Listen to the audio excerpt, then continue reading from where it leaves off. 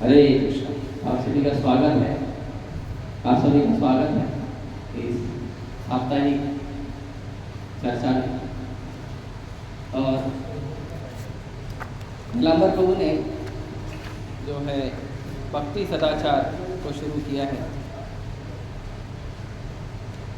तो भक्ति सदाचार में कई सारी चीज़ें हैं। तिलक कैसे लगाना चाहिए, कैसे व्यवहार में, जब बंद कर दीजिए, या तो आप जब करिए यहाँ बैठिए जब बंद करके, या तो आप बाहर जाके जब पूरा करके। कभी भी कथा सुनते समय, कीर्तन सुनते समय जप नहीं करना चाहिए। तो ये कथा को भी सुना जाता है, कीर्तन को भी सुना जाता है और जप को भी सुना जाता है। तो एक क्रॉस कनेक्शन हो जाएगा, अपराध है ना। तो इससे हमको बचना चाहिए। भक्ति में जो जो चीज़ें बताई जाती हैं अपराध है, उससे बचना चाहिए। आप लोग आगे बढ़िए। तो कई सारी चीज़ें हैं। तिलक कैसे लगाना चाहिए, प्रणाम कैसे करना चाहिए, मंदिर में बैठना कैसे चाहिए, मंदिर में व्यवहार कैसा होना चाहिए, भक्तों के साथ व्यवहार कैसा होना चाहिए, भक्तों का आपस में व्यवहार कैसा होना चाहिए, ये सब जो है ये इसमें चर्चा की जाती है। क्योंकि जप करना, गीता पढ़ना तो साधारणतः लोगों को समझ में आता है कि जप करना है मतलब भगवान का नाम माला घुमाना है और जो बोलते हैं वो सुनना है। उसके बाद में गीता पढ़ना है तो पुस्तक है, भगवद गीता है, उसको पढ़ना और भगवान के आदेशों को सुनना, पालन करना। तो ये सब चीज़ें तो है। लेकिन आप जिस व्यक्ति के साथ रह रहे हो, जिस व्यक्ति के साथ आप भजन कर रहे हो, जिस व्यक्ति से आप मिलते हो भक्ति में, उन लोगों से आपका व्यवहार कैसा होना चाहिए। जैसे हम घर में रहते हैं, माता पिता पुत्र पत्नी, तो आपस में कैसा व्यवहार होना चाहिए वो महत्वपूर्ण है। जैसे कई बार हमने सुना है, खासकर परम पूज्य प्रबोधानंद महाराज और हल्दर महाराज, हमारे गुरु महाराज प्रभुपाद जी, वो देखो है छोड़ दो, उतना ठीक है आवाज़ रघु, आवाज़ उतना ठीक है, थोड़ा कम ही रखो। मेरा आवाज़ ज़्यादा, मैं इसके बिना ही बोल लूँगा लेकिन चलेगा। तो भक्ति में तो हमने इन सब चीज़ों से, इन सब वरिष्ठ वैष्णवों से सुना है कि बहुत महत्वपूर्ण है जो हम 2 घंटा जप करते हैं, है ना। जनरली 2 घंटा लगता है, लेकिन कई लोगों को कुछ सेवा रहता है, स्पेशली माताओं का सेवा सुबह में रहता है। तो माताओं के लिए ऐसा है कि वो सुबह में या तो जल्दी उठें और जप कर लें और फिर घर का काम शुरू करें। क्योंकि मुंबई ऐसी नगरी है, बड़ा आशीर्वाद है मुंबई नगरी का भी। हालांकि क्लेश तो बहुत है लेकिन आशीर्वाद भी है। क्लेश ये है कि जब आपकी आँख खुलेगी और जब आपकी आँख बंद होगी, इसके बीच में बहुत ज़्यादा घर्षण होगा आपके मन का, आपकी बुद्धि का। आपका मन बुद्धि अगर शांत रहेगा ना, तो भी दूसरे के मन और बुद्धि का घर्षण आपसे चालू हो जाएगा। और वो कौन होगा? घर के बाहर का आदमी होगा, घर के अंदर का ही आदमी होगा। आपके घर के अंदर का ही आदमी आपको कष्ट देना शुरू करेगा। जैसे आजकल लोग छोटी छोटी परिवार बना रहे हैं, है ना। पहले जॉइंट फैमिली होती थी, है ना। तो जो राजस्थान में रहते हैं, गुजरात में रहते हैं, उनको पता है अभी भी राजस्थान गुजरात में जॉइंट फैमिली सिस्टम है। थोड़ा बहुत हल्का सा यूपी में देखने मिलता है, अभी खत्म ही हो गया यूपी। यूपी में, बिहार में पूरा ऐसा हमने गले लगाया है, हमने ऐसा गले लगाया है विदेशी सभ्यता को कि पूरा भारत में ये मिलकर रहने वाला जो सुंदर आनंदमय जीवन था उसको हमने समाप्त कर दिया। विदेशी सभ्यता को हमने इतना प्रेम से गले लगाया है कि जिनसे प्रेम करते थे अब उनको गले नहीं लगाते।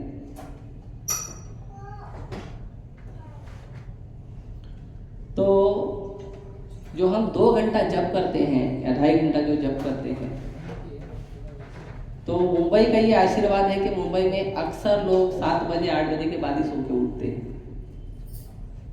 तो अगर आप सुबह 5 बजे उठते हो, नहा धो के अपना 2 घंटे में जप कर लोगे। 2 घंटे में पूरा जप नहीं कर सकते हो तो 1 घंटे में आप जप कर लो, 1-1.5 घंटा जप कर लो और फिर बाद में जो भी आपका 4 माला 6 माला है बाद में करो, वो कर सकते हो। स्पेशली माताओं के लिए, प्रभु जी के लिए तो है कि सुबह उठो और माला कंप्लीट करो, ठीक है।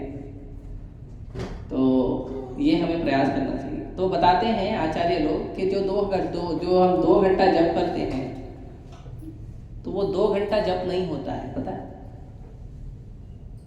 2 घंटा जो जप करते हैं ना, वो 2 घंटा जप का नहीं होता है। जप का होता है उस 2 घंटे के अलावा जो 22 घंटा है ना, वो जप का होता है। जब आप माला पकड़ के जप कर रहे हो, वो चैंटिंग नहीं है। चैंटिंग क्या है? माला के अलावा आप क्या कर रहे हो, वो भी चैंटिंग है। आपने क्या क्या व्यवहार किया, क्यों? क्योंकि जैसे आप माला पकड़ोगे ना, वो 22 घंटा घूमता है दिमाग में, भगवान का नाम नहीं घूमता है। आप सभी को अनुभव होगा, मेरा तो है। मैंने किसको अच्छा बोला, किसको बुरा बोला, किसी ने मुझको क्या अच्छा बोला, क्या बुरा बोला, वही पूरा दिमाग में घूमता है, भगवान का नाम नहीं घूमता है। तो महत्वपूर्ण ये है हमारा व्यवहार। हालांकि ये जो व्यवहार के अंदर जो क्लेश है, जो कष्ट है, वो भी जब से ही सुधरेगा। लेकिन अगर हमको जब को अच्छे से करना है, तो हमको इन चीजों का ध्यान देना पड़ेगा। तो मैं बड़ा आश्चर्यचकित हुआ ये देखकर कि जब मैंने इसे खोला, जो वैष्णव सदाचार का बुक है, हालांकि अंग्रेजी में है, हिंदी में भी अवेलेबल है। आपने लाया कृष्णा को? नहीं लाया, लाना चाहिए था, भक्ति सदाचार चर्चा का। तो जब मैंने इसको खोला तो मैंने देखा इसका टॉपिक क्या क्या है। मेरा बस उन्हें तिलक लिया था, तो तिलक पर बोले थे, बोला मैं भी कुछ टॉपिक देखता हूँ और बोलता हूँ। तो जब मैंने इसको खोला तो सबसे बड़े आश्चर्य का सीमा ये नहीं रहा कि इसमें जो सबसे पहला टॉपिक है वो है विनम्रता है, कि आपको नम्र कैसे रहना है, अपने आप को छोटा कैसे मानना है। चैतन्य महाप्रभु कहते हैं, चैतन्य महाप्रभु ने अपनी शिक्षाओं में 8 श्लोक दिए हैं, और उन 8 श्लोकों में चैतन्य महाप्रभु ने तीसरा श्लोक जो दिया है वो है त्रणादपि सुनिचेन तरोरपि सहिष्णुः अमानिन मान देना कीर्तनीय सदा हरि। कि अपने आप को रास्ते में पड़े हुए घास के तिनके से भी नम्र मानना। अब घास का तिनका तो बहुत नम्र होता है, अब कोई भी पैर रख देता है झुक जाता है, वो तो कांटे की तरह खड़ा नहीं रहता है। फिर उससे ज्यादा नम्र क्यों बोला है, पता कारण रहता है? प्रबोधानंद महाराज बता रहे थे कि जब घास के तिनके पे आप पैर रखो ना, तो वो नम्र हो जाता है, वो झुक जाता है आपके सामने, लेकिन जैसे ही आप जाओ फिर खड़ा हो जाता है। तो हमारे हृदय में वो स्वभाव नहीं रहना चाहिए कि अगर हमारा कोई बड़ा है, हमसे डांट रहा है, तो उसको सुन लो उस समय, और मन में बोलो कि तुम्हारे पास पोस्ट है, पोजीशन है, तुम बड़े हो ना, इसीलिए सुन रहा हूं। और जैसे ही वो गया पीछे से गाली देना चाहता, ये बहुत गलत होगा। तो घास के तिनका क्या वो झुक तो जाता है, लेकिन जैसे ही आप कदम आगे बढ़ाते हो वो फिर खड़ा हो जाता है। तो अगर भक्त भी ऐसा करेगा कि अगर मान लो कोई अथॉरिटी ने, किसी ने कुछ बोला, वो सुन रहा है, झुक गया है, दंडवत प्रणाम कर रहा है, लेकिन जैसे अथॉरिटी गया फिर बोलता हो तो अरे उसको मालूम नहीं है, मैं बताता था उसको, वो क्या समझता है अपने आप को। तो ये स्वभाव नहीं होना चाहिए। इसके लिए तृणाद एव नहीं कहा, एव मतलब तिनके की तरह, तृणाद अपि उससे ज्यादा, तिनके से, घास में पड़े हुए तिनके से ज्यादा। मतलब हमारा पोजीशन सदैव कैसा रहना चाहिए? नम्र स्वभाव रहना चाहिए, सदैव नम्र स्वभाव, वो हमारा अच्छा नेचर होना चाहिए, नम्र स्वभाव। हम अपने आप को नम्र ही समझना है, अपने आप को वरिष्ठ नहीं समझना है। इसीलिए प्रभुपाद जी, मैं एक हफ्ता पहले एक लेक्चर सुन रहा, प्रभुपाद जी कहते हैं उसमें, और कई बार वरिष्ठ भक्तों ने बताया है, और भगवान भी बताते हैं कि जो व्यक्ति कहता है कि मैं भक्त हूं, वो भक्त नहीं है। जो भक्त कहता मैं भक्त नहीं हूं, भक्ति करने का प्रयास कर रहा हूं, वो भक्त है। प्रभुपाद जी वर्ल्ड आचार्य, पूरे संसार में प्रभुपाद जी के मंदिर हैं, 10,000 शिष्य हैं, हजारों लेक्चर, सैकड़ों मंदिर। प्रभुपाद जी को जब पूछा गया, अमेरिका में अक्सर लोग जाते थे तो सब भगवान बन जाते थे, क्योंकि भारत ही एक ऐसी फैक्ट्री है। संसार में आप देखोगे बहुत सारी फैक्ट्री, अलग अलग फैक्ट्री मिलेगी, तो वह सारी फैक्ट्री में क्या मिलता है पता है? कुछ ना कुछ सामान बनता है। किसी में मोबाइल बनेगा, किसी में गाड़ी बनेगी, कुछ ना कुछ सामान बनते रहता है ना। किसी में ब्रेड बनेगा, किसी में सिगरेट बनेगा, किसी में दारू बनेगा, किसी में अलग अलग सामान है। किचन के कुछ सामान बनेंगे, किसी में फ्रिज बनेगा, किसी में एसी बनेगा, किसी में प्रेस बनेगा। भारत में लेकिन एक बड़ी दिव्य फैक्ट्री है जहां भगवान बनते हैं। ये भारत ही एक ऐसा फैक्ट्री है जहां भगवान बनते हैं। आप देखोगे हर नुक्कड़, हर चौराहे पे कोई ना कोई व्यक्ति ऐसा, बाबा ऐसा हाथ करके खड़ा होगा, श्री श्री श्री 108 1008 मंडलेश्वर महामंडलेश्वर महामंडलेश्वर बाबा। और फिर वो जब बाबा थोड़ा फेमस हो जाते हैं, फिर बाबा के नीचे पीछे से बाबा हटा के भगवान लगा देते हैं।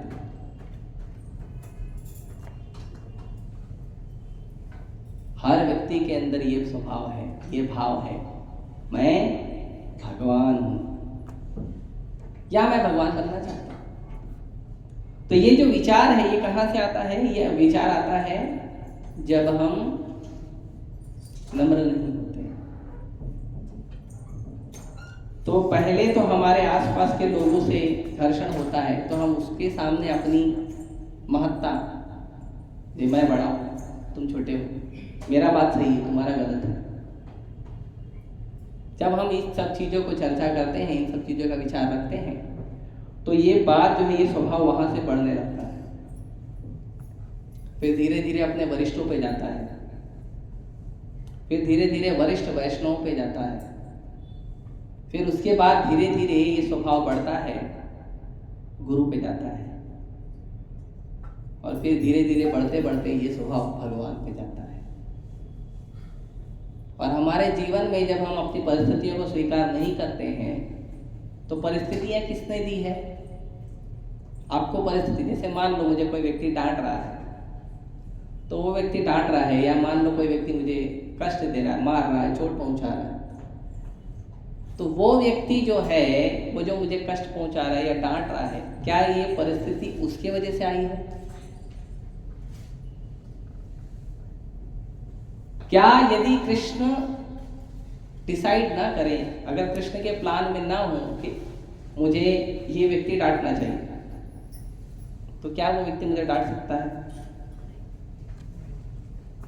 क्या कृष्ण के प्लान में ना हो कि ये व्यक्ति मुझ पर हाथ उठाना चाहिए, तो क्या वो व्यक्ति मुझ पर हाथ उठा सकता है? एक बार मैं कोटा में पुस्तक वितरण कर रहा था, तो एक व्यक्ति के दुकान, हम लोग क्या है ना, हम लोग एकदम निडर होते हैं, कहीं भी जाके अपना बाखड़ा खड़ा कर देते हैं और पुस्तक वितरण चालू।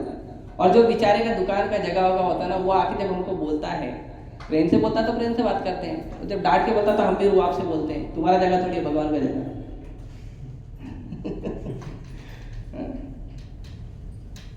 तो जब वो मैं जाके टेबल लगा दिया, तलवंडी सर्कल करके एक जगह है वहाँ पे, तो मैं वहाँ पे टेबल लगा दिया, पुस्तक वितरण शुरू कर दिया।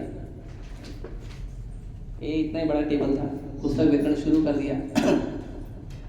तो उसकी दुकान जो थी ना, बहुत पीछे थी, लगभग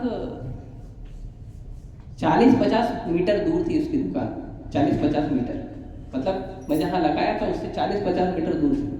ये नहीं कि 10-12-20 फुट हो, नहीं, 40-50 मीटर दूर थी उसकी दुकान। अब वो आया, यहाँ नहीं लगाने, मैं बोला मैं तो लगाऊंगा, बोला नहीं मेरे दुकान के सामने। बोला तुम्हारा दुकान किधर, मेरा टेबल किधर, क्या बात करते?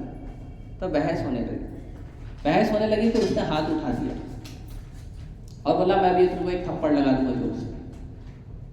मारूं क्या तुम? समझ में नहीं आ रहा तुम्हारे? तो मैंने कहा तुम मार सकते हो अगर भगवान की इच्छा होगी तो, और भगवान की इच्छा नहीं होगी ना, तो ये उठा हुआ हाथ अपने आप नीचे भी हो जाएगा। मेरा उत्तर ये था। और जैसे ही मैंने उसको ये बोला, वो हाथ नीचे किया, गुनगुनाते हुए चले गए, लेकिन मारा नहीं। हाथ उठा था लेकिन मारा नहीं। ऐसी कई परिस्थितियां हुई हैं, भक्त लोग कई विकट परिस्थितियों में फंस गए हैं, लेकिन भक्तों के व्यवहार की वजह से जो उग्र से उग्र स्वभाव वाला व्यक्ति है वो भी भक्तों को सहायता करके चले जाता है। क्यों? क्योंकि भक्तों का जो गुण है वो गुण से व्यक्ति प्रभावित होता है। इसीलिए कई बार जब हम भक्ति करते हैं, भगवान का नाम जप करते हैं, हरे कृष्णा कृष्णा कृष्णा हरे राम राम राम हरे। जब हम भगवान का नाम जप करते हैं तब बहुत से लोग हमको देखते हैं कि हम जप कर रहे हैं, तो लोगों के अंदर ये विचार आता है कि ये व्यक्ति भक्ति कर रहा है तो इसके अंदर भक्ति के गुण होने चाहिए। तो भक्ति का क्या गुण है, भक्तों का क्या गुण है? तो श्रीमद् भागवतम में युधिष्ठिर महाराज का गुण बताया गया है कि क्या गुण है युधिष्ठिर महाराज का या भगवान के भक्तों का, या भक्तों को साधु भी कहते हैं। साधु शब्द जो है वो लोगों को थोड़ा डरावना लगता है, खासकर आधुनिक समाज में। आधुनिक समाज में अगर आप किसी को साधु बोल दो उसको बड़ा बुरा लगता है, साधु थोड़ी। लेकिन अगर आप उसको जेंटलमैन बोलोगे तो बहुत अच्छा लगता है। धन्यवाद। कॉलर टाइट हो जाता है। लेकिन लोगों को पता नहीं है ये साधु का शब्द का अगर आप अनुवाद करोगे, उसको ट्रांसलेट करोगे, तो साधु शब्द का शब्दार्थ होता है जेंटलमैन। साधु शब्द का शब्दार्थ जो है, अनुवाद जो है वो है जेंटलमैन, सुशील व्यक्ति, शील व्यक्ति। तो युधिष्ठिर महाराज के गुणों को वर्णन करते हुए कहते हैं कि साधु का क्या गुण है? तितिक्षवा कारुणिका सूरदम सर्वदेहिना अजात शत्रु शांता साधव साधु भूषण। इसका मतलब है तितिक्षवा, तितिक्षवा मतलब सहने वाला। इसके लिए प्रभुपाद जी एक लेक्चर में कहते हैं कि एक व्यक्ति की पहचान तब तक नहीं होती है, मतलब हमारे कोई परिस्थिति है जो हमारे लिए अनुकूल है, तो हमारी अनुकूल परिस्थिति में हम कैसा व्यवहार करते हैं तो ऑब्वियसली अच्छा ही करेंगे, क्योंकि चीज़ें अगर हमारे अनुकूल है। जैसे यहाँ पे एसी लगा हुआ है, सब आराम से शांति से बैठे हैं, लेकिन एसी बंद कर दिया जाए, पंखा चालू कर दिया जाए, खिड़की खोल दिया जाए, तो इस समय जो गर्मी चल रही है उसको हम नहीं सह पाएंगे, तो हम विचलित हो जाएंगे। तो वो विपरीत परिस्थिति है। जैसे मान लो अगर आप सड़क पर सुबह दोपहर में धूप में घूम रहे हैं सड़क पर, तो असहनीय गर्मी है। खासकर मुंबई में लोगों ने इतने पेड़ काट दिए हैं, इतने पेड़ काटे हैं कि प्रकृति तो बदला लेगी। अगर आप बारिश में चल रहे हो या मान लो धूप में चल रहे हो और आपके सर पे छत्र छाया है और आप छत को काट दो ये सोच के कि मेरे को अंधेरा नहीं चाहिए, तो आपके सर पे बारिश या धूप गिरेगा ना। तो ये जो प्रकृति में जो पेड़ पौधे हैं ये पर्यावरण की छत्र छाया है, इनको हम काट देते हैं हमारा आशियाना बनाने के लिए, हमारा घर बनाने के लिए। छोड़ा बनाओ, आपको जितने में रहना उतने में रहो। पहले लोग जंगलों में रहते थे, अपना घर बनाते थे, जंगलों में खेतों के आसपास अपना घर बनाते थे, पेड़ पौधे और पशु पक्षियों के साथ रहना सीखते थे। क्यों मालूम? क्योंकि पहले के लोग नम्र थे, सहना सीखते थे, सहना जानते थे। पहले के लोग सबको सह लेते थे, सबको, पशुओं को भी सह लेते थे। आप लोग अगर अभी भी जाओगे गांव में देखोगे तो सांप बिच्छू भी कभी कभी घर में घूमते हैं लोगों के। हम तो अगर देख लेंगे तो एक हफ्ते तक हमको सपना आएगा सांप का। हमारी परिस्थिति इतनी भयानक नहीं है, लेकिन वो रहते हैं उनके साथ, जहरीले पशुओं के साथ रहते हैं। क्यों? सहना आता है। हमारे जीवन में जो परिस्थिति है, हमारे जीवन में जो दुख है, उसको सहना आता है। तो भक्तों को सहना आना चाहिए। तो सबसे पहला गुण तितिक्षवा, सहो, सब कुछ सहो। जो जीवन में परिस्थिति मिली है, अनुकूल या प्रतिकूल, उसको सहो। तो प्रभुपाद जी कहते हैं कि जब अनुकूल परिस्थिति है उसको अगर आप अच्छे से जी रहे हो तो कोई बड़ी बात नहीं है। बड़ी बात है कि आपका स्वभाव तब भी शांत है जब आपके जीवन में परिस्थितियां प्रतिकूल हैं। कोई आपसे प्रेम से बात कर रहा है और आप शांति से जवाब दे रहे हो तो कोई बड़ी बात नहीं है। कोई व्यक्ति उग्र होकर क्रोध में बात कर रहा है लेकिन फिर भी आप शांति से जवाब दे रहे हो, ये बड़ी बात है। एक बार मैं कॉलेज में पढ़ा रहा था, तो एक बार आप जानते हैं मुस्लिम लोग प्रचार करते हैं तो उनका अलग अलग तरीका होता है। थोड़ा प्रेम से करते हैं, अगर आप प्रेम से मान जाओ तो उनका काम बन जाता है, और नहीं मानो तो थोड़ा वो हीटर बढ़ाते रहते हैं। तो मैं कॉलेज में पढ़ा रहा था, यहीं पास में कॉलेज था लोखंड वाला में, तो पढ़ा रहा था वहाँ। तो मैं अपना साधारण जो एक टीचर का कपड़ा है वो पहन के था, छोटा सा तिलक लगा गया, एकदम छोटा सा, नाम के लिए तिलक, माथे पे तिलक होना चाहिए। तो वो लोग वहाँ पे 70% स्टाफ, 70% स्टूडेंट और 100% मैनेजमेंट पूरा मुस्लिम था। अभी भी जाओगे तो मिलेंगे वो ऐसे ही। और वो लोग तो अपने धर्म का, देखो हमको ना कभी भी क्रोधित नहीं होना चाहिए कि वो कन्वर्जन कर रहे हैं, हमको दुखी नहीं होना चाहिए वो कन्वर्जन कर रहे हैं, वो धर्म परिवर्तन, अरे वो तो अपना काम कर रहे हैं,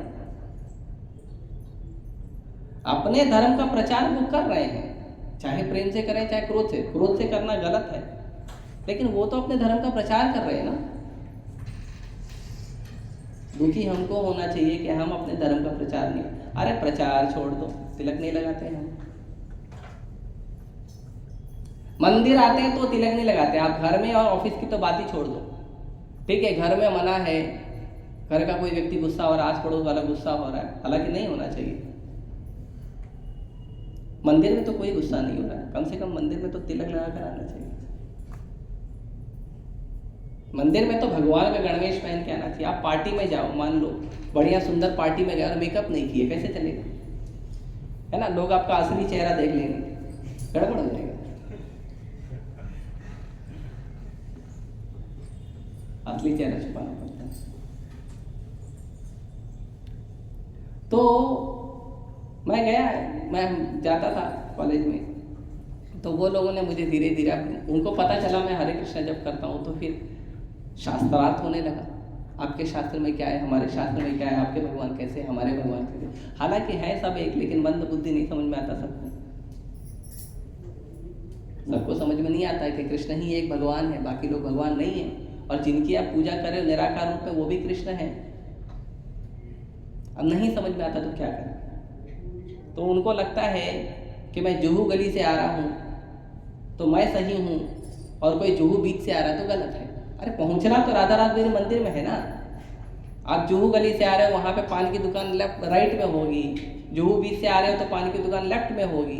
नहीं, मैंने देखा राइट में था, तो दूसरा बोलेगा मैंने देखा लेफ्ट में था।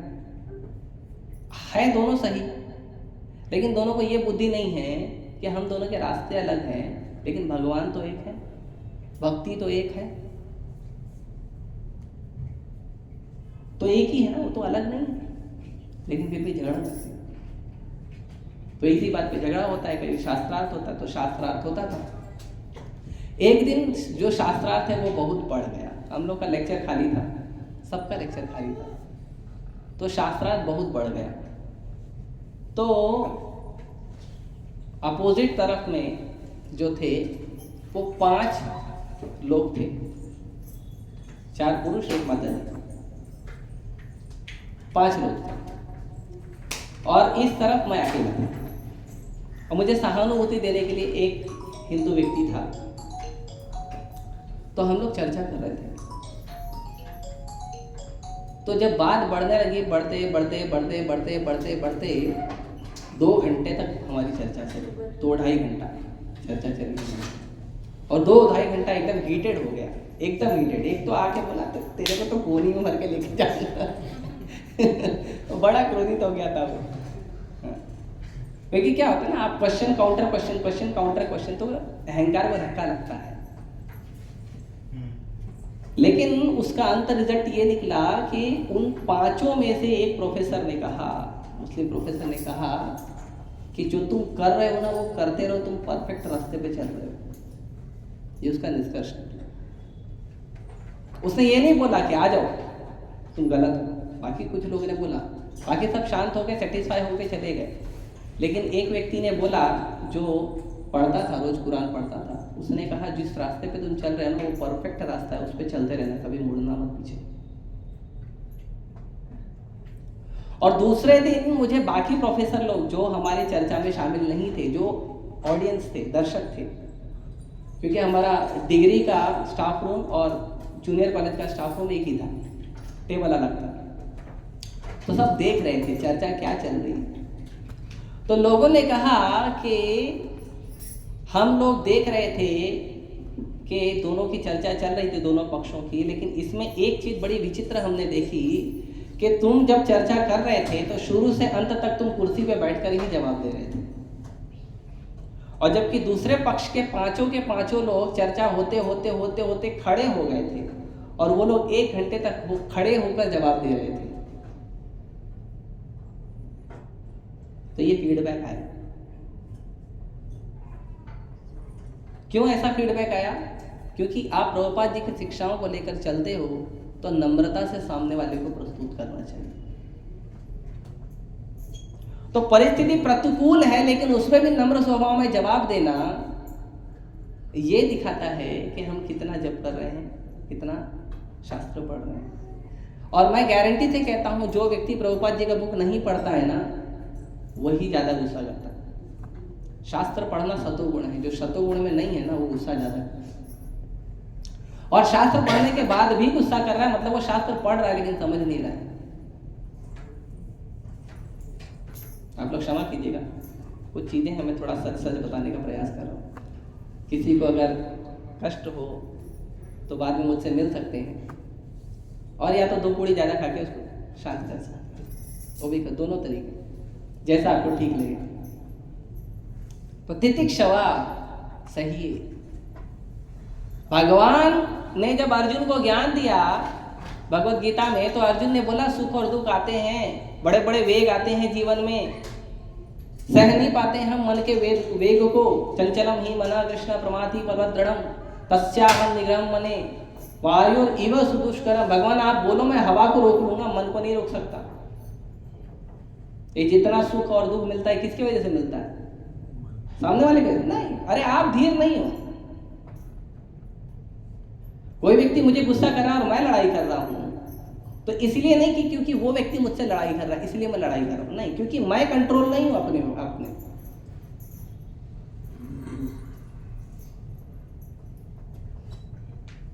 88 साल तक सहा था पांडव, 88 ईयर्स, 88 साल। 5 पांडवों ने, माता द्रौपदी ने, माता कुंती ने, भीष्म पितामह ने, द्रोणाचार्य ने, महात्मा विदुर ने 88 साल सहा था वो उत्पीड़न। 88 साल भगवान से नहीं रहा गया। भगवान बोले मैं अरेंजमेंट करूंगा युद्ध। क्या विनम्रता है। उसके बाद भी जब भगवान बोले मैं युद्ध का अरेंजमेंट करने जा रहा हूं, शांति दूत बनकर जाऊंगा, युधिष्ठिर महाराज बोले देखो प्रभु, मुझे झगड़ा नहीं चाहिए, पूरा पृथ्वी का राज नहीं चाहिए, हमारे अधिकार का भी राज नहीं चाहिए, बोल देना 5 गांव दे दें, हम 5 गांव में रह लेंगे। आप सोचिए 88 साल दुख सहने के बाद भी जब फाइनली वॉर का, जो युद्ध का जब बिगुल बज रहा है, बजने वाला है, भगवान जा रहे हैं शांति दूत बनकर, आर्य पार की बात होने वाली है, उसमें भी युधिष्ठिर महाराज कहते हैं भगवान मुझे लड़ाई नहीं चाहिए।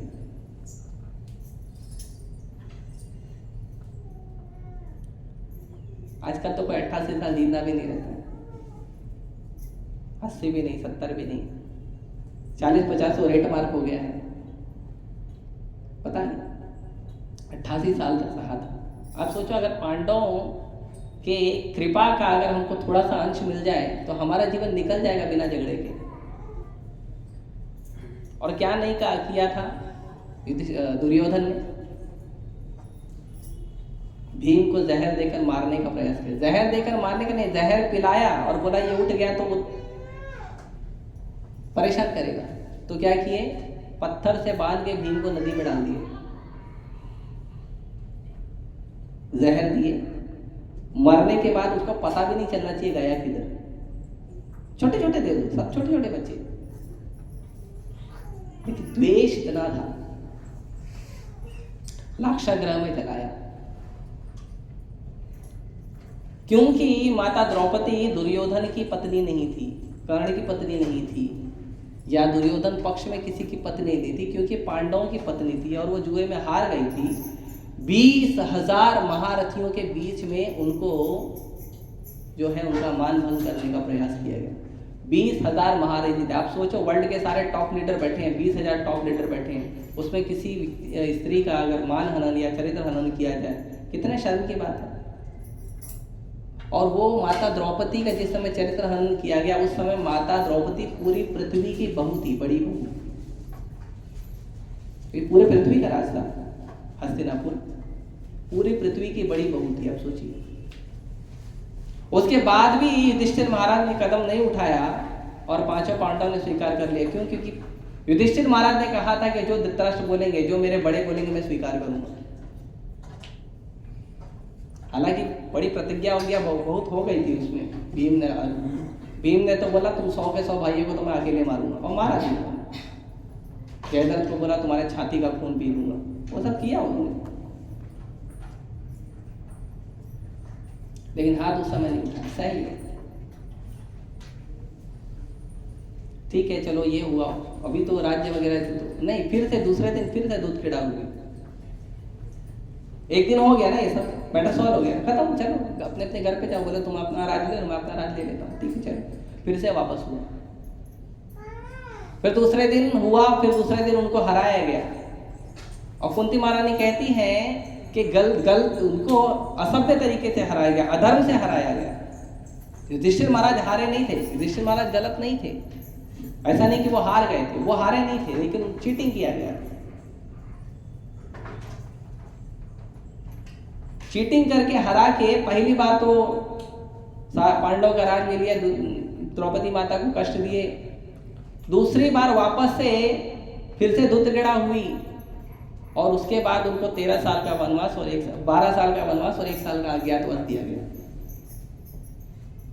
एक दिन पहले ये सब गड़बड़ हुआ ना, छोड़ देना चाहिए। लेकिन धृतराष्ट्र ने कहा वापस ये लोग मान, ठीक है, बड़ों ने कहा हम स्वीकार। क्या सहन शक्ति है भाई, किधर से आता है? कितनी नम्रता। और उसके बाद वो सब होने के बाद 13 साल के बाद आकर प्रेम से निवेदन करके बोल रहे हैं कि अब तो आपका कंडीशन पूरा कर दिया ना, अब तो राज्य दे दो। लड़ाई नहीं की। विराट के युद्ध में क्योंकि सब चैलेंज करने आए थे, इसलिए अर्जुन ने शस्त्र उठाए थे बृहनला के रूप में। क्योंकि क्षत्रियों को ललकारोगे तो कोई भी होगा, ललकारोगे तो आपको सामना करना पड़ेगा। क्या विनम्रता है। इसके लिए युधिष्ठिर महाराज के गुणों का वर्णन करने के लिए नारद जी बताते हैं तितिक्षवा, फिर कारुणिका। तितिक्षवा मतलब सही है, कारुणिका मतलब करुणा दिखाए। किस पे? जिसको सह रहे उस पे। जो व्यक्ति आपको कष्ट दे रहा है उसी पे करुणा दिखानी है, जैसे मां करती है। बच्चा परेशान करता है, बहुत कष्ट देता है, तो मां का गुस्सा भी प्रेम है। इसके लिए भगवान के प्रेम और क्रोध को मां से भी कंपेयर किया जाता है। हमारे जीवन के सुख और दुख को मां के प्रेम और गुस्से से कंपेयर करना चाहिए कि हमारे जीवन में जो सुख आया है वो मां का प्रेम है, और जो दुख आया है वो मां के गुस्से वाला प्रेम है। जैसे छोटे बच्चे कभी कभी जाते हैं और आग पे हाथ रख देते हैं गलती से, तो माँ उसको 2 थप्पड़ जोर जोर से लगाती है। अरे एक तो उसका हाथ जला, ऊपर से उसका गाल भी आपने लाल कर दिया। गलत किया ना, ऐसा नहीं करना चाहिए। हाथ जला, पहले दवाई तो कराओ, पहले उसको दनादन 2 मार देंगे। दुष्ट कहीं क्या मना किया था ना, आग करेगा। तो छोटा सा बच्चा है 2-3 साल का। लेकिन वो जो मार है वो क्या है? वो मार क्या है? मार करेगी, क्योंकि ये एक बार मारेगी ना, फिर दोबारा नहीं जाएगा। दोबारा आग में हाथ जलने की वजह से नहीं जाएगा, माँ का फटका नहीं पड़ना चाहिए, इसके लिए नहीं जाएगा। क्योंकि माँ का फटका आग से ज्यादा जोर से पड़ता है।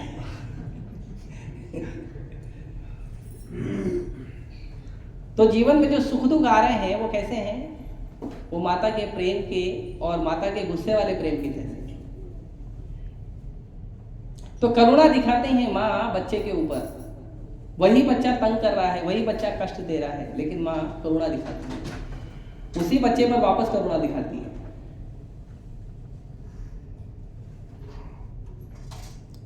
और ये जो वैष्णव है ये कैसे होते हैं? करुणा दिखाते हैं। प्रभुपाद जी संसार में, जब प्रभुपाद जी प्रचार कर रहे थे विदेश में, भारत में प्रभुपाद जी ने 40 साल प्रयास किया, कोई सुना नहीं, लोग गाली देते थे खाली। अमेरिका को देखो इतना आगे बढ़ गया, तुम अभी भी गीता लेके बैठे हो। यूरोप देखो, लंदन देखो, इतना आगे निकल गया, तुम अभी भी एकदम बढ़िया मशीन बना रहे, ऑटो बना रहे, ये सब बना रहे, तुम अभी भी अपना गीता लेके राम राम कर रही है। ऐसा नहीं करना है, सबको सही प्रभुपाद जी, किसी को उल्टा जवाब नहीं देना। अमेरिका में गए प्रभुपाद जी, जितने भी नशेड़ी लोग हैं उन लोगों के बीच में जाके प्रचार शुरू कर दिए। वो लोग सिगरेट पीते थे, उसका धुआं जो है प्रभुपाद जी के मुंह पर फूंकते थे। प्रभुपाद जी टॉयलेट के लाइन में खड़े हैं, प्रभुपाद जी को पकड़ के टॉयलेट के लाइन के पीछे खड़ा करते थे, प्रभुपाद जी का सामान चुरा लेते थे। एक दिन तो ऐसा भी हुआ कि प्रभुपाद जी जिस व्यक्ति को अच्छे से प्रचार कर रहे थे, वो व्यक्ति ड्रग्स ले रहा था।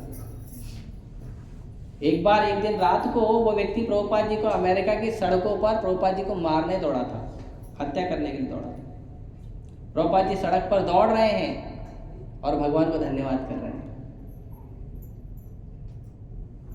कि भगवान आप कितने दयालु हो, कि अपने भक्त पे आप ऐसी कृपा करते हो कि आपका अपने भक्त का सब कुछ छीन लेते हो। क्यों? क्योंकि आपका भक्त केवल आप पर आश्रित हो, ऐसी परिस्थिति उत्पन्न कर देते हो। तो भगवान इस समय में केवल आप पे आश्रित हो, आप ही दया करिए। हम लोग करेंगे, पुलिस चिल्लाएंगे।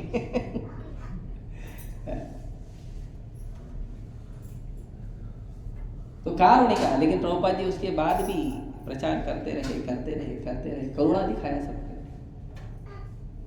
आज वो करुणा सिंधु राधा रास बिहारी के सामने बैठकर सबको आशीर्वाद दे रहे हैं।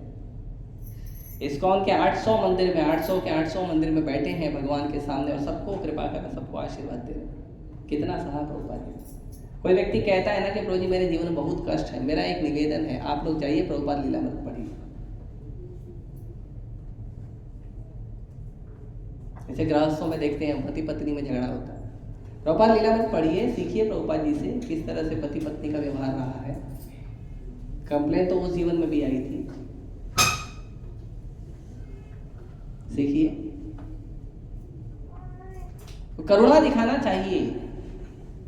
कोई व्यक्ति कितना भी गलती कर रहा है, कितना भी परेशान कर रहा है, यदि आप उसको प्रेम से बार बार सुधारेंगे, वो व्यक्ति एक बार तो सोचेगा अरे इतना प्रेम करता है मेरे को। लेकिन अगर हम इतना उग्र स्वभाव प्रकट करेंगे तो क्या होगा? नहीं ले पाता है ना। आज सुबह लेक्चर हो रहा था, परम पूज्य गोपाल कृष्ण गोस्वामी महाराज लेक्चर दे रहे थे। सबसे पहला प्रश्न आया, महाराज आप कह रहे हैं नम्र होने के लिए, आप कह रहे हैं हमको अच्छा व्यवहार रखना चाहिए, भक्ति का व्यवहार रखना चाहिए, लेकिन अगर सामने वाला गलत व्यवहार करा तो हम कैसे उसको सहेंगे? तो महाराज ने कहा कि सहना फिर भी चाहिए, क्योंकि आप क्या वहां पे नहले पे दहला करने के लिए बैठे हो?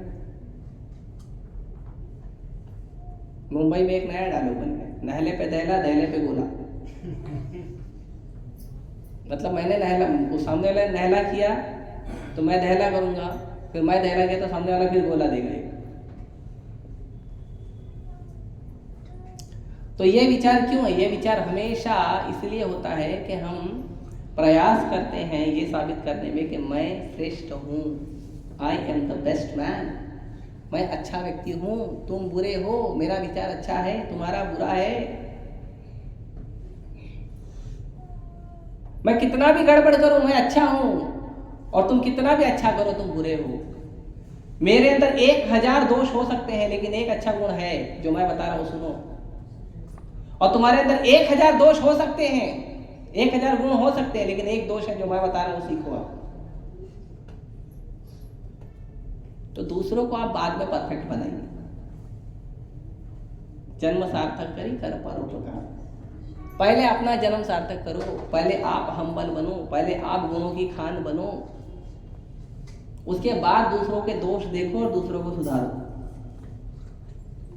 ये सब मैं इसलिए नहीं कह रहा हूं कि मेरे अंदर दोष नहीं है, मेरे अंदर बहुत है। माउंटेन, पर्वत, जो मेरे साथ रहते हैं वो जानते हैं, रोज सुबह शाम कुछ न कुछ प्रेम व्यवहार होते रहता है। और ये सब मैं इसलिए कह रहा हूं क्योंकि ये भक्ति का फाउंडेशन है, हम्बलनेस भक्ति का फाउंडेशन है कि हमारा व्यवहार दूसरों के साथ कैसा है। तो कोई कहेगा क्यों सहे, क्यों करुणा दिखाएं, तो कहते हैं सूरदम सर्वदेहिना, क्योंकि भगवान का जो भक्त होता है ना, वो हर व्यक्ति के लिए सूरद होता है, हर व्यक्ति का बेस्ट फ्रेंड होता है। हर व्यक्ति को भगवान के धाम ले जाने के लिए वो पूरा प्रयास करता है। तो जब तक आप मित्र नहीं हो तब तक अपने दूसरे मित्र को अपनी बताई हुई जगह पे कैसे ले जाओगे? अगर किसी व्यक्ति को आपको मंदिर बुलाना है तो कैसे बुलाओगे? थप्पड़ लगा के, कॉलर पकड़ के, चल नालायक बैठे रहता है, तंबाकू खाते रहता, मंदिर नहीं आता है, मूवी जाता है, ऐसे करो? कैसे बुलाते हैं मंदिर? मंदिर कैसे बुलाते हैं हम लोग? डंडा लेके, तू आज मंदिर मत आ, बस देख कल तेरे पास एक पैर और एक लकड़ी देगी, ऐसे करते हैं। मंदिर बुलाते हैं तो प्रेम से बुलाते हैं ना, मंदिर आइए, लेक्चर है, नीलांबर लेक्चर देंगे, रघुपति दास लेक्चर देगा, बोलते ऐसे बोलते हैं ना, नहीं डंडा लेके बुलाते हैं। तो आप भगवान के धाम जाना चाहते हो, आप भक्ति करना चाहते हो, और आप दूसरे व्यक्ति को भी भगवत धाम ले जाने के लिए आपको प्रचार करना है, तो आप उसको कैसे बोलोगे? बिना सहे, बिना करुणा दिखाए कैसे संभव है? प्रभुपाद जी कहते हैं जो परिवार है, परिवार में पति पत्नी बच्चे जो होते हैं, तो ये नहीं समझना चाहिए मेरी पत्नी है, मेरे बच्चे हैं। तुम्हारी पत्नी तुम्हारा बच्चा नहीं है, ये भगवान ने आपको दिया है सेवा करने के लिए।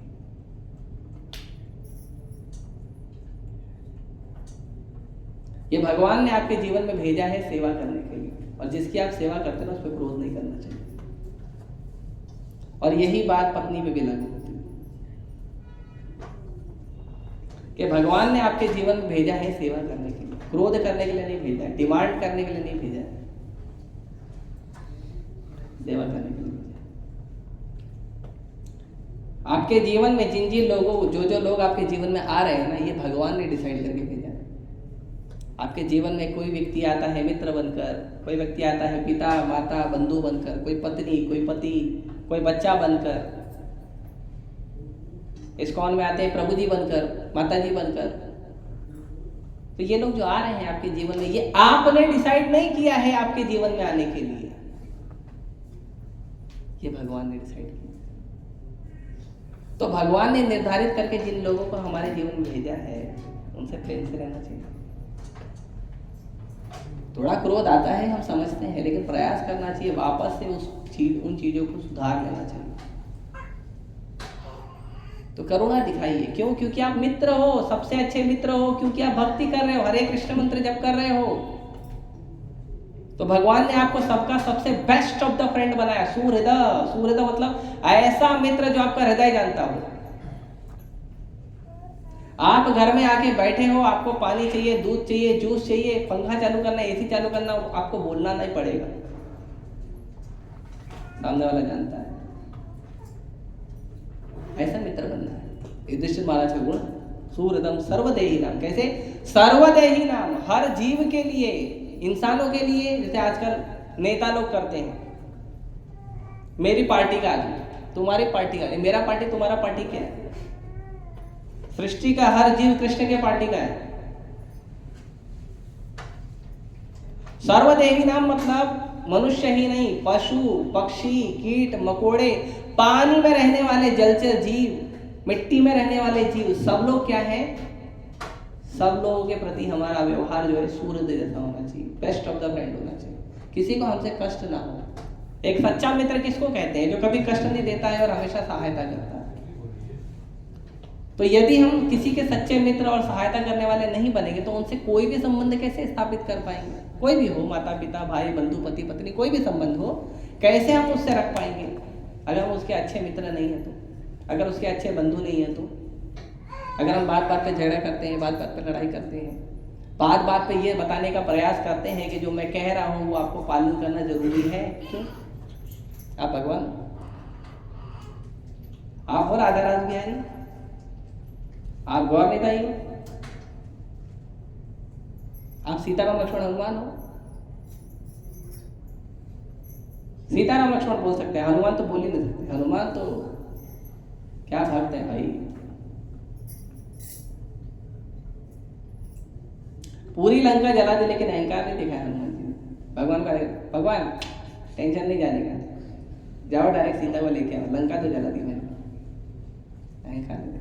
उल्टा भगवान ने बोला अरे तुमने लंका जला दी, बोला भगवान मैंने कहा जलाया, लंका तो मैंने जलाई ही नहीं। अरे पूरा नाम तो तुम्हारा रहा, हनुमान लंका जला के आ गया। नहीं भगवान मैं कैसे जला सकता हूँ, मैं छोटा सा क्षुद्र जीव हूँ, मैं कैसे लंका जला सकता हूँ? तो भगवान बोले सब बोल रहे तुमने जलाया और तुम बोलते मैंने नहीं जलाया, ऐसे कैसे? तो बोले देखो भगवान, जब मैं लंका गया था तो ना मैंने तेल ले गया था, ना मैं घी लेके गया था, ना मैं कपड़ा लेके गया था, ना मैं माचिस लेके गया था। तेल किसका? रावण का। घी किसका? रावण का। माचिस किसका? आग किसका लगाया? रावण ने। मेरा तो कुछ था ही नहीं, तो उसका था, उसको रिटर्न दे दी। अहंकार नहीं दिखाया, इतना बड़ा बड़ा सेवा किया उन्होंने, अहंकार नहीं दिखाया। मैं तो राम का दास हूं, तो भगवान के भक्त हो गए, मैं तो भगवान का दास हूं, जीवन में जो अच्छा बुरा आ रहा है हम स्वीकार करें। तो हमने कहा है तो किसी को करना चाहिए ये जरूरी नहीं है, क्योंकि हर व्यक्ति की अपनी परिस्थितियां होती है, अपनी समझ होती है, अपना विचार होता है। हर व्यक्ति के ऊपर अपना विचार थोपना ये अच्छा नहीं है। जो मैं कहता हूं वही सही है, जो मैं बोल रहा हूं वही सही है। नहीं, आप भी एडजस्ट करो। आपने किसी से बोला प्रभु जी पानी ला कर दीजिए, तो व्यक्ति ने पानी नहीं ला कर दिया तो आप जाके ले लो। एक बार एक दुकान पर एक व्यक्ति, बूढ़ा व्यक्ति दुकान पर गया और दुकान वाले को बोला थोड़ा पानी पिला दो। तो दुकान वाला बोला देखो अभी आदमी नहीं है, थोड़ा टाइम बाद आओ। फिर उसने बोला अरे बहुत प्यास लगी है, पिला दो। बोला तुमको बोला ना आदमी नहीं। तो बूढ़े व्यक्ति ने बोला महाशय थोड़ा टाइम के लिए आप ही आदमी बन जाइए, आप ही मनुष्य बन जाइए, पानी पिला दीजिए। तो हमारा प्रॉब्लम ये है, हम पोस्ट पोजीशन लेकर बैठ गए हैं कि हम ये हैं, हम वो हैं, मैं ब्रह्मचारी हूँ, मैं गृहस्थ हूँ, मैं सन्यासी हूँ, मैं पति हूँ, मैं पत्नी हूँ, मैं माँ हूँ, मैं बाप हूँ, मैं बेटा हूँ, मैं बेटी हूँ, मैं डॉक्टर हूँ, मैं इंजीनियर हूँ। हम पोस्ट पोजीशन लेकर बैठ गए हैं, लेकिन हम ये सब भूल गए इन सब के पहले हम मनुष्य हैं। इन सब के पहले हम भगवान का भक्ति करने वाले भक्त हैं, साधक हैं, साधना करने वाले साधक हैं। ये सब हम भूल गए, लेकिन हम ये हैं, हमको पता है। मेरा बात मानो, क्यों? क्योंकि मैं ये हूं। तो सामने वाला मनुष्य भी तो कुछ है। मैं बोलूंगा मैं ब्रह्मचारी, तो आप बोला हम भी तो गृहस्थ। आपका पोजीशन, हमारा भी तो पोजीशन है कि नहीं? पोजीशन तो है ना दोनों का, दोनों वर्णाश्रम में, दोनों वर्णाश्रम में है ना। तो कोई छोटा कैसे हो गया?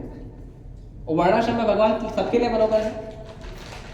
समोहम सर्वभूतेषु न मे द्वेषु न प्रिय, सब मेरे लिए समान है, न कोई मेरे लिए दोषी है, न कोई प्रिय है। तो मित्र बनिए, सबसे अच्छा संबंध रखिए, ये महत्वपूर्ण। और कैसा बनना है, कैसा मित्र बनना है? अजात शत्रु,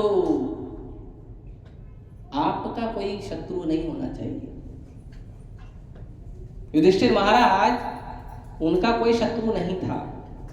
दुर्योधन शत्रुता करता था, लेकिन युधिष्ठिर महाराज ने कभी उसको शत्रु स्वीकार ही नहीं किया। एक बार वन में युधिष्ठिर, अब भक्तों को ना जंगल में, वन में ज्यादा अच्छा लगता है। शहर की भाग दौड़ चकाचौंध में मजा नहीं आता। इसके लिए हम लोग भी हरे कृष्णा लैंड में ही ज्यादा समय गुजारते हैं। लेक्चर देना हो तो बाहर जाके आ जाते हैं, सामने वालों की तारीफ भी करते हैं, बड़ा अच्छा बिल्डिंग है, बड़ा अच्छा कार है। हमको इच्छा नहीं करता उसको। भक्ति करने वालों को क्या जरूरत है? भाई से बच्चे खेल रहे हैं ना, ऐसे भक्त लोग खेल रहे हैं, देख रहे हो इतना अच्छा लगे, सीरियस मैटर चल रहा है, उसको क्या होने दो, हम अपने मजे में। तो संसार में बहुत सारा सीरियस मैटर चल रहा है, भक्तों को ऐसे होना चाहिए, हम अपने मजे में। हमारा माला, हमारा चैंटिंग, हमारा रीडिंग, हमारा हियरिंग, हमारा प्रसाद, हमारा नाचना, हमारा गाना, हमारा भगवान और हम, बस बात खत्म। और भक्त समाज आनंद में रहो। दुनिया में बहुत सीरियस मैटर चल रहा है, यहाँ युद्ध होगा, वहां युद्ध होगा, यहाँ चुनाव हार गए, वहां चुनाव जीत गए, भक्तों को चिंता नहीं करती। एक बार मैं ग्वालियर प्रचार कर रहा था, तो हम लोग जब प्रचार करते हैं तो कई बार हम लोग खुद भी कुकिंग करते हैं, सब्जी उब्जी लेने जाते हैं। तो मैं सब्जी लेने गया, सुबह निकल गया 7:30 बजे। चुनाव प्रचार जोर शोर में चल रहा था, तो मुझे 8-10 लोगों ने पकड़ के घेर लिया। मैं धोती कुर्ता में था, महाराज रुको, क्या हुआ? नहीं आप बोलिए, सब देशभक्ति के गाने बजा रहे। बोला बोलिए। बोले महाराज आपको हमारे एक प्रश्न का उत्तर देना पड़ेगा। बोला कि तुम मेरे मालिक हो? अरे मालिक नहीं है, लेकिन हमारी इच्छा है। इच्छा है तो पूरी, मालिक पे तो चेक करना पड़ेगा ना कौन हुआ भाई। तो उन्होंने कहा महाराज ये बताओ सरकार किसकी बनेगी?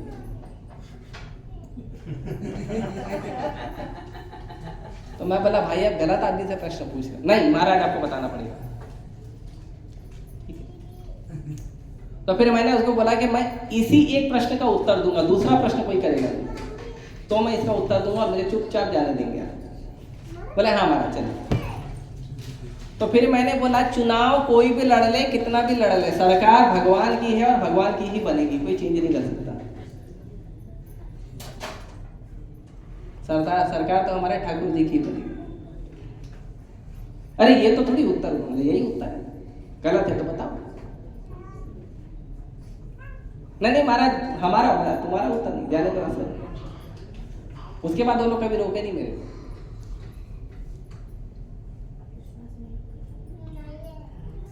तो अजात शत्रु दुर्योधन एक बार जब भक्त लोग वन में थे और आनंद में अपना भगवान का भजन, और भगवान भी साथ में रहते थे, भगवान को भी वन पसंद है, भगवान भी ग्वाले हैं, उनको भी वन पसंद है, भगवान भी रहते थे भक्तों के साथ। एवरीडे दर्शन, एवरीडे दर्शन, एवरीडे दर्शन। आप सभी सौभाग्यशाली हैं जो जुहू के आसपास रहते हैं या जो जुहू आप आते हैं भगवान का दर्शन करने। बड़ा सौभाग्य है, बड़ा सौभाग्य है। भगवान के दर्शन के लिए इंद्रदुम्न महाराज अगर जगन्नाथ जी को प्रकट कराए, सिर्फ दर्शन की अभिलाषा थी। भगवान नीलमाधव का दर्शन का इच्छा था और भगवान ने उनको इतना ज्यादा उनका परीक्षा लिया भगवान ने, लेकिन भगवान ने फिर जगन्नाथ बलदेव सुभद्रा के रूप में प्रकट हुए। जगन्नाथ जी आ रहे हैं अभी कुछ दिनों में, 23 तारीख को, उनकी लीला सुनिएगा इंद्रदुम्न महाराज की। इंद्रदुम्न महाराज के लिए भगवान जगन्नाथ जी प्रकट हुए। तो दर्शन का बड़ा महत्व है। ये मत समझिए इस्कॉन वालों ने मंदिर खोल दिया है और भगवान को यहाँ पे मूर्ति लाके बना कर रख दिया। इस्कॉन वालों ने मंदिर नहीं खोला है, ना हमने मूर्ति लाकर रखा है। ये भगवान गौरांग महाप्रभु का मूवमेंट है। ये मंदिर जो बन रहा है ये महाप्रभु के प्रचार के कारण बन रहा है, और ये जो गौरांग महाप्रभु स्वयं आके खड़े हैं ये आप लोगों को प्रेम देने के लिए, दर्शन देने के लिए, भगवान आशीर्वाद देने के लिए आए हैं। कि इस्कॉन वालों में इतनी क्षमता नहीं है या किसी मनुष्य में इतनी क्षमता नहीं है कि वो भगवान को लेकर आ जाए या मूर्ति वूर्ति बना के खड़ा कर दे। किसी में इतनी क्षमता नहीं है। भगवान स्वयं आते हैं कृपा करने के लिए। इसके लिए अर्चा अवतार जो है वो भगवान का अवतार है, वो भी अवतारों में एक अवतार गिना जाता है, अर्चा अवतार कहते हैं। भगवान का जो विग्रह है, जो मूर्ति जिसे कहते हैं लोग, वो भगवान का अवतार है। वरना कोई भी प्रकट नहीं कर सकता भगवान को, है नहीं किसी में क्षमता इतनी।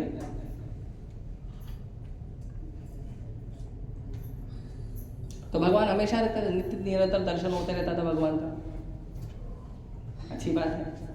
तो वो लोग आनंद में ही थे। इन लोगों को लगा देखो ये लोग जंगल में रहना, अभी हम इनको चिढ़ाएंगे। तो ये लोग क्या किए, नदी के दूसरे तरफ ये लोग चले गए और ग्रैंड पार्टी रखी, बड़ा पार्टी जबरदस्त प्रीति भोज, और बहुत सारे उसमें बढ़िया बढ़िया वैरायटी और अलग अलग बॉलीवुड के गाने, जो भी उस समय के होंगे बॉलीवुड वाले, बहुत सारे गाने, ये सब बहुत सांसारिक म्यूजिक जिसको कहते हैं। बॉलीवुड गाना मतलब सांसारिक गाने। हाँ, भगवान के तो है नहीं, भगवान की चर्चा करते हैं। एक समय था कभी कभी होता था, तो पूरा बंद हो गया, पूरा एकदम। अब तो पूरा एकदम ऐसे ऐसे गाने बजते हैं,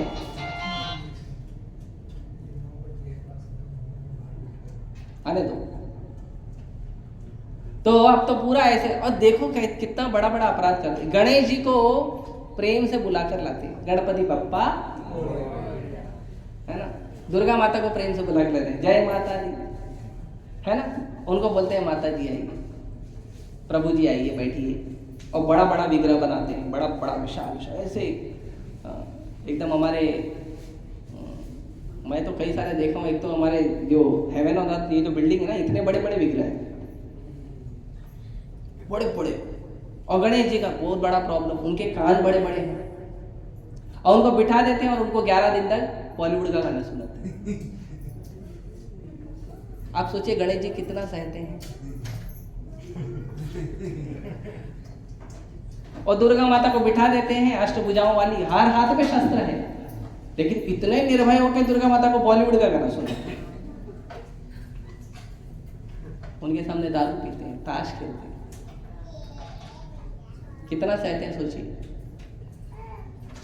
ये है बॉलीवुड गाना सुनने वालों का हाजिर, यही होता है। इसके लिए भक्ति में आने वाले सबसे पहले बोलते हैं, सबसे पहले सांसारिक गाने सुनना बंद कर दीजिए, क्योंकि आपका चेतना सबसे ज्यादा वहां से दूषित हो रहा है। हमको कोई ईर्ष्या नहीं है बॉलीवुड वालों से, उनको बहुत ईर्ष्या है लेकिन हमसे। तो ये लोग सांसारिक गाने बजा रहे थे, बढ़िया, पता नहीं बजा रहे नहीं बजा रहे, मैं तो गया नहीं था, लेकिन बढ़िया भोज वोज का आयोजन किया था। और ये लोग चिढ़ा रहे थे महाराज युधिष्ठिर और पांचों पांडव। देवता लोग देखे, एक तो ये लोग गलत तरीके से इनको वन में भेजे, उसके बाद ये लोग चिढ़ा भी रहे हैं, भोज का आयोजन किए, ये बेचारे कंदमूल फल वगैरह खा रहे हैं, ऊपर से ये लोग चिढ़ा भी रहे हैं। देवताओं को बड़ा दुख हुआ, गंधर्वों को बड़ा दुख हुआ। तो गंधर्व क्या किए, गए और दुर्योधन मेन लीडर था, तो गए दुर्योधन को पकड़ के लेके चले गए। वहां पे एक केस और आया था कि दुर्योधन ने एक गंधर्व की बहन को जो है कुछ अपशब्द शायद बोल दिए थे, तो उठा के लेके गए और बोले तुमको तो मार देंगे। उस समय किसी में क्षमता नहीं थी कि गंधर्वों से दुर्योधन को छुड़ा ले। उस समय था कर्ण, नहीं थी क्षमता। कर्ण, ये जो कृपाचार्य, अश्वत्थामा, कोई किसी में ताकत नहीं था। अरे गंधर्वों से कौन लड़ेगा, सुपर ह्यूमंस। युधिष्ठिर महाराज अर्जुन और भीम को बोले जाओ और अपने भाई को छुड़ा लो। तो भीम बोला अरे मरने दो, अरे वैसे भी हम तो मार नहीं रहे ना, वो अपनी मौत मर रहा है, अपने गड़बड़ी से, अपने पाप कर्मों से मर, मरने दो, छोड़ दो, अच्छा है ना, हमारा कांटा हट जाएगा। युधिष्ठिर महाराज बोले देखो, घर के अंदर हम 5 हैं और वो 100 है, लेकिन घर के बाहर हम 105 हैं, जाओ छुड़ा लो। तो अर्जुन और भीम पहुंचे तो गंधर्वों ने उनको देखते ही प्रणाम कर दिया। आप तो साधु, क्या चाहिए? बोले कुछ नहीं, हमारे भाई को छोड़ो। अरे भैया, हाँ छोड़ दिया। उस समय दुर्योधन ने अर्जुन को कहा था कभी भी, मैं तुमको एक वचन देता हूं, कभी भी कुछ मांगना हो तुरंत मांग लेना। फिर उसके बाद वो लीला आती है भीष्म पितामह वाली, अजात शत्रु। कभी भी महाराज युधिष्ठिर ने किसी को दुश्मन माना ही नहीं, स्वीकार ही नहीं किया कि कोई मेरा दुश्मन है, सब मेरे ही कर्मों का है। शांता, और शांत रहते थे, अपने भजन में ध्यान रखते थे, भगवान की सेवा में ध्यान रखते थे। तो ये जो गुण है ये इसको कहते हैं साधव साधु भूषणम। जैसे हम अलंकार पहनते हैं ना, गहने पहनते हैं ना, वैसे ही ये गहना है साधु का। साधु का गहना नहीं है कि कैसे वो कान की टिपिया पहने, कैसे वो माला वाला पहने, वो हाथ में ब्रेसलेट हो, ये सब साधु का गहना नहीं है। साधु का कहना है कि ये सारे गुणों को अपने जीवन में लाना, ये साधु का कहना है। अगर साधु इन गहनों को अपने जीवन में नहीं लाता है तो जितना भी पीतल तांबा और ये सब चीजों का हम गहना पहन लें या सोना चांदी का पहन लें, ये किसी काम का नहीं। असली गहना है ये सारी चीजें, तितिक्षवा कारुणिका सूरदम सर्वदेहिना अजात शत्रु शांता साधु साधव भूषण, ये असली गहना है। ये गहना पहन के जब भजन करेंगे तो भगवान बहुत जल्दी प्रसन्न होंगे। और वैष्णव सदाचार में सबसे पहले यही है विनम्रता, नम्र बनिए। इसीलिए भगवान भगवद गीता में कहते हैं कि जो नम्र व्यक्ति होता है उसी के ऊपर ज्ञान शोभा देता है। भगवान कहते हैं, तो वेदों में भी इसका श्लोक है, विद्या विनयेन शोभते। विद्या ज्ञान किस पे अच्छा लगता है पता है? कोई बोलता ना मैं ज्ञानी हूं, मैं गीता पढ़ा हूं, भागवत पढ़ा हूं, मालूम है किस पर शोभा देता है ज्ञान? जो व्यक्ति नम्र है उस पर ज्ञान शोभा देता है। प्रहलाद महाराज क्या कष्ट नहीं दिया उनके पिता, और क्या कष्ट था प्रहलाद महाराज का, दोष क्या था? बस हरे कृष्णा जप करते थे, बस यही दोष था उनका। और प्रहलाद महाराज को हमेशा भगवान बचाने आते थे। तो हिरण्यकशिपु को चैलेंज भी कर सकते थे, तेरे दम है तो मार के दिखा, हो सकते थे।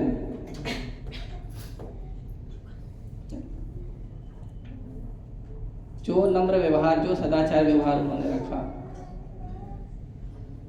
वही हमको करना चाहिए। वही नम्र व्यवहार, वही सदाचार व्यवहार हमको रखना चाहिए। हमारे आदर्श है प्रहलाद महाराज, हमारे आदर्श है युधिष्ठिर महाराज, हमारे आदर्श रावण, कुंभकर्ण, हिरण्यकशिपु नहीं है जैसे को तैसा करना, नहले पे दहला देना। तो यदि हम भगवद्गीता पढ़ रहे हैं, भागवतम पढ़ रहे हैं, तो उसमें हमको क्या करना चाहिए? उसमें हमको विनयता लानी चाहिए, नम्र स्वभाव लाना चाहिए। इसीलिए भगवान भगवद गीता में कहते हैं विद्या विनय संपन्ने, विद्या विनय संपन्ने। विद्या नहीं, केवल ज्ञान अर्जित मत करिए, केवल बड़े प्रखंड पंडित और विद्वान और मंडलेश्वर महामंडलेश्वर मत बनिए। विद्या के साथ आपके अंदर विनय भी आना चाहिए, सहनशीलता आनी चाहिए, दूसरों को सहयोग करने का भाव आना चाहिए, दूसरों को सहिए और उनको सहयोग करिए, ये भाव आना चाहिए। तब आपकी विद्या किसी काम की है। वरना चारों वेद का ज्ञाता तो रावण भी था, विभीषण नहीं था। विभीषण चारों वेद का ज्ञाता था, कहीं वर्णन आया सुना? रावण चारों वेद का ज्ञाता, कैलाश उठाने वाला शक्तिशाली पुरुष, लंकापति, स्वर्ण लंकापति रावण। एक ही चीज थी, नम्रता नहीं थी उसमें। रावण का एक ही दोष था, नम्रता नहीं थी उसमें, किसी के सामने झुका नहीं। पत्नी ने समझाया नहीं माना, नाना ने समझाया नहीं माना, माँ बाप ने समझाया नहीं माना, भाई ने, अरे बेटे ने, इंद्रजीत ने समझाया, वो भगवान है, उन पे पशुपतास्त्र काम नहीं कर रहा है, ब्रह्मास्त्र काम नहीं कर रहा है, लक्ष्मण और राम भगवान है, मान जाओ, मैं टेस्ट करके आ रहा हूं। नहीं, स्वभाव नम्र नहीं दिखा, मैं तुम्हारा बाप हूं, जो बोलता हूं। कुंभकर्ण बोला अरे मैं तुम्हारा बड़ा भाई हूं, फॉलो करो। मंदोदरी ने बोला मैं तुम्हारा पति हूं, चुप बैठो। किसी का सुना नहीं, किसी को नम्रता दिखाया, किसी को शीलता दिखाया नहीं।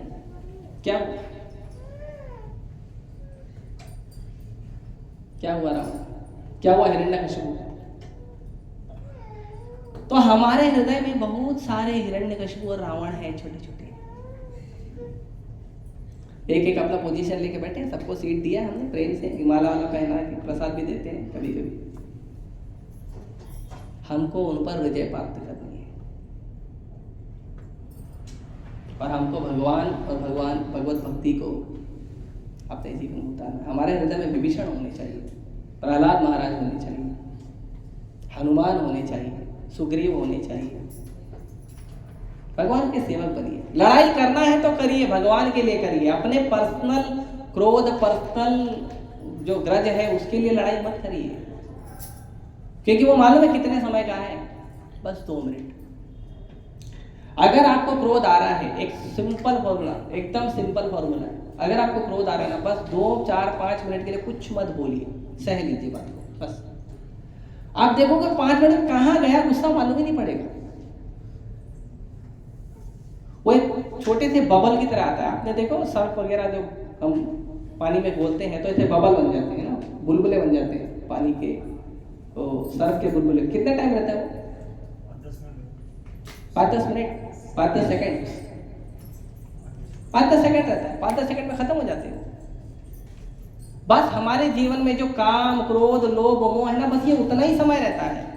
जब आता है ना आवेश, उतना ही टाइम, हालांकि आवेश आता है पूरा एकदम तंतना जाता है, आंख, नाक, कान, मुंह, हाथ, गाल, पैर सब एकदम गर्म हो जाते हैं, रेड हो जाते हैं।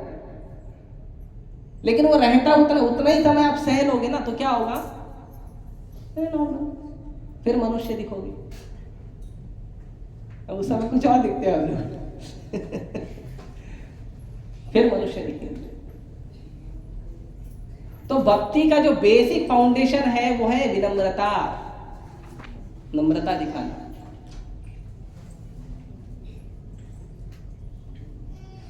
अगर हम नम्र नहीं हैं तो भक्ति में आगे बढ़ना थोड़ा कठिन है।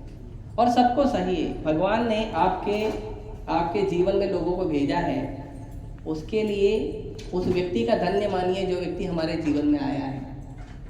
और भगवान को धन्यवाद करिए कि भगवान आपने किसी को तो भेजा, मेरे को अकेले नहीं रखा था।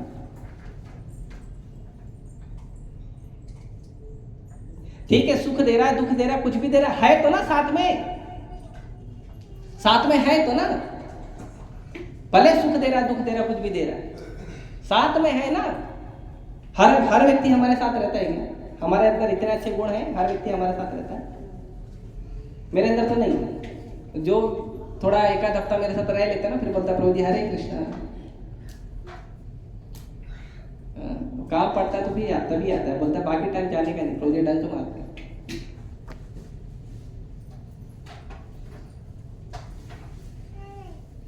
तो हमें बहुत धन्यवाद होना चाहिए उस व्यक्ति का जो हमारे जीवन में है। हमें धन्यवाद होना चाहिए भगवान का कि उसने किसी को तो भेजा है मुझे, मेरे साथ रहने के लिए, अकेला किसी को रखा नहीं है। प्रभुपाद जी तो कैसे कैसे लोगों को सहते थे, खाना खा के प्लेट छोड़ देते थे, कुकिंग कुछ करते नहीं थे, आके केवल उत्पात मचाते थे। अरे 20-20, 25-25 रोटी खाते थे वो लोग, और प्रभुपाद जी अकेले बेलते थे बैठ के।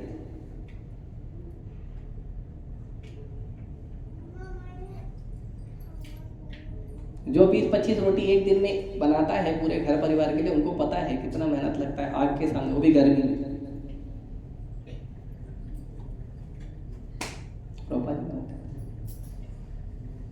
सहते रहे, इतना सहते फाइनली 6 महीने के बाद एक आदमी आके बोला कि मैं आपकी थोड़ी सेवा कर सकता हूँ क्या, थोड़ा हेल्प कर सकता हूँ? प्रभुपाद जी बोले thank you very much, I was waiting for this. आपका बहुत बहुत धन्यवाद, मैं इसका इंतजार कर रहा था, कोई तो आए। मैं अकेला काम कर रहा हूँ, कोई आए मेरे को हेल्प करे। लेकिन प्रभुपाद जी को जब हेल्प होना शुरू हुआ तो इतने लोग आए। आप लोग भी आ रहे, सहयोग कर रहे हैं प्रभुपाद जी मिशन को आगे बढ़ाने। सब लोग नहीं आते राधा राजबिहारी मंदिर में, सब नहीं पहुंचते राधा राजबिहारी मंदिर में, सब नहीं करते हमारे सुंदर भुवन सुंदर भगवान राधा राजबिहारी से राम लक्ष्मण हनुमान और गौर निताई के दर्शन करने सब लोग नहीं आते हैं। आप लोग आए, आप लोग का धन्यवाद है। उसके बाद आप लोग लेक्चर में भी आ गए हैं, ये सुनने के लिए कि ये जो भुवन सुंदर भगवान है इनके चरणों की कृपा कैसी है, ये जानने के लिए आप लोग लेक्चर में आ गए।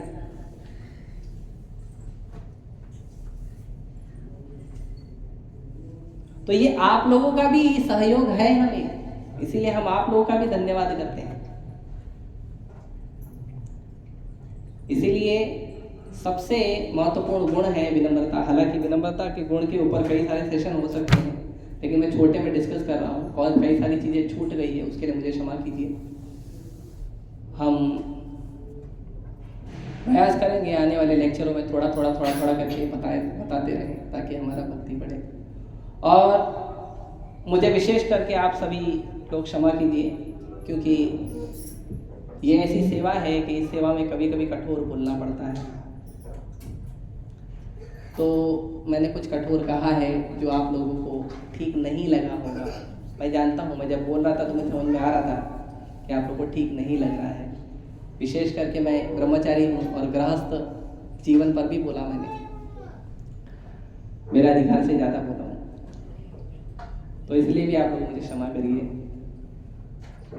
लेकिन भक्ति के लिए चीज़ें जरूरी है, इसीलिए आप लोगों से निवेदन है कि जो कुछ मैंने कहा है, ये चीज़ें हमारे जीवन में उतारने के लिए जो जरूरी है उसके हिसाब से स्वीकार करें, ठीक है। अगर किसी को कोई आपत्ति है, विपत्ति है इन बातों में जो मैंने कहा, तो मुझे आप लोग लेक्चर के बाद, लेक्चर समाप्त हो गया, आप लोग मुझे आके मिलकर बता सकते हो, चर्चा कर सकते हो, ठीक है। लेकिन मैं पहले ही क्षमा मांगूंगा।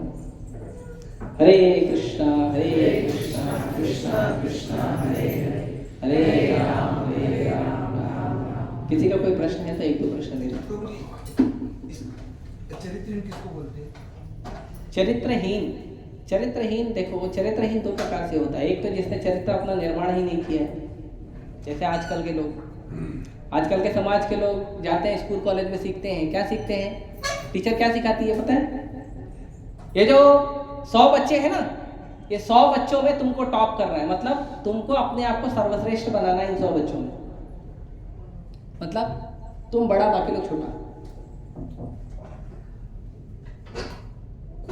आजकल माँ बाप यही सिखाते बच्चों को, तू ही बड़ा है, तू ही टॉप करेगा, तू ही फर्स्ट रैंक लाएगा, हम तेरे लिए मेहनत कर रहे हैं, फीस भर रहे हैं, तेरे को टॉप बनाएंगे, तू सबसे महान सर्वश्रेष्ठ बनेगा, ऐसे सिखाते ना। ये सिखाइए कि तुम्हारे अंदर पढ़ाई के और इन सब चीजों के गुण आएंगे, लेकिन तुम्हें नम्र रहना, ये नहीं सिखाते, कोई नहीं सिखाता। तो ये भी चरित्र उसने लिया ही नहीं, तो चरित्रहीन ही है। और किसी के पास अच्छा चरित्र है, लेकिन किसी कारणवश अगर वो ठीक व्यवहार नहीं कर रहा है, अपने चरित्र को ठीक से नहीं प्रदर्शित कर रहा है, तो भी कहीं ना कहीं थोड़ी मात्रा में चरित्रहीनता है, लेकिन वो सुधारा जा सकता है। देखिए, संसार में लोग चरित्रवान हो या चरित्रहीन हो, हर व्यक्ति को सुधारा जा सकता है यदि आप भक्ति में खुद भी लगे रहें और दूसरों को भी भक्ति में प्रेम से दूसरों को भी लगाएं। प्रभुपाद जी का एक लेटर है जिसमें प्रभुपाद जी कहते हैं कि आप लोगों को कृष्ण प्रेम सिखा रहे हो, लोगों को प्रेम सिखा रहे हो, और प्रेम सिखाते समय अगर आप क्रोध करोगे तो वो प्रेम कैसे सीखेगा? अगर आप किसी को प्रेम सिखा रहे हो और आप बोलोगे आप सबको प्रेम करो, और प्रेम सिखा रहे हो और लोगों बोलते और वो प्रेम सिखाते समय आप लोगों पे क्रोध करें, तो वो प्रेम कैसे सीखेगा? आपसे ही सीखेगा ना। जैसा गुरु वैसा चेला। तो आपको अगर किसी को प्रेम सिखा रहे तो प्रेम से सिखाओ। किसी को माला करने बोलते हो तो प्रेम से बोलो, 1 बार बोलो, 2 बार बोलो, 4 बार बोलो, 10 बार बोलो, 20 बार बोलो, 100 बार बोलो, 1000 बार, प्रेम से बोलो, प्रेम से बोलो। वो माला इसलिए नहीं करेगा क्योंकि भगवान का नाम है, इसलिए करेगा क्योंकि आप इतने अच्छे व्यक्ति हो, बार बार प्रेम से बोलते हो माला करना, इसलिए माला करना शुरू कर देगा। कई बार ऐसा होता है। तो भक्तों के पास ही चरित्र होता है क्योंकि वो भगवान की भक्ति करते हैं। यस, और कोई माताएं प्रश्न नहीं पूछेंगी, माताएं बाद में धुलाई करेंगी। ठीक है, किसी का प्रश्न नहीं है? ओके। हरे कृष्णा कृष्णा कृष्णा हरे हरे राम श्री श्री राधा राम बिहारी भगवान की, श्री श्री सीताराम लक्ष्मण हनुमान की, श्री श्री गौनिताय भगवान की, श्रील प्रभुपाद की। तो अब छोटा सा कीर्तन करेंगे और उसके बाद ठीक है, खड़े हो जाइए सभी लोग, आप लोगों से निवेदन है।